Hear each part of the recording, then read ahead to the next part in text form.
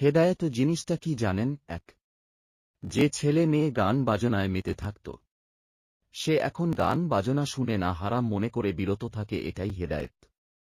2, যে ছেলে মেয়ে মুভি নাটক নিয়ে পড়ে থাকত, সে এখন হারাম মনে করে বিরত থাকে, এটাই হেদায়েত।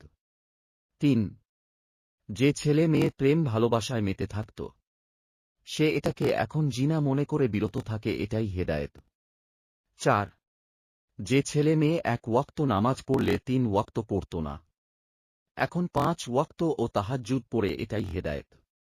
5, যে রাতের অন্ধকারে পর্নোগ্রাফিতে আসক্ত ছিল, এখন এটা জিনা মনে করে বিরত থাকে, আল্লাহর দৃষ্টি বাহির নয়, সে এটা জেনে ভয় করে, এটাই হেদায়েত।